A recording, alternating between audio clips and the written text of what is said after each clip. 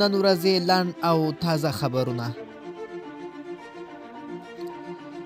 په بغلان کې د عبدالله په مشرۍ د همشموله حکومت بری ونمانځل شو. په بغلان کې د عبدالله په مشرۍ د ثبات او همپالنې ټاکنډلې یو شمېر پلویانو د همشموله حکومت بری ونمانځه.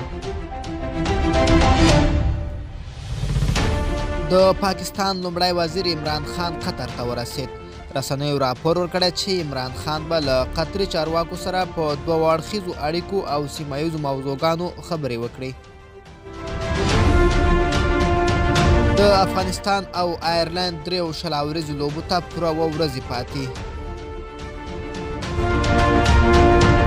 په چین کې د کرونا وایرس د چټکۍ خپرېدا وروسته دغه هیواد د ملي شورا دایمي کمیټې د وحشي حیواناتو د خوړلو او ناقانونه تجارت د بندیز بشپړېدو طرحه تصویب کړه.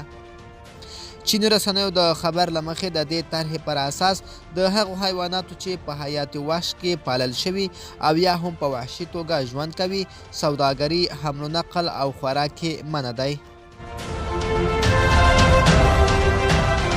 د طالبانو سره پخوانی استرالیوي بندي ټیموټي قطر ته ورسید او انس حقاني په هوایي ډګر کې هرکلی وکړ.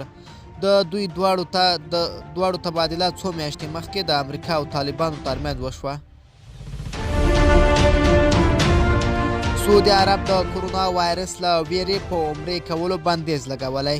د کرونا وایرس خورېدو د خطر له امله سعودي عرب عمرې له په تلونکو او د سیل په ویزې د لنډې مودې لپاره بندیز لګولی دی.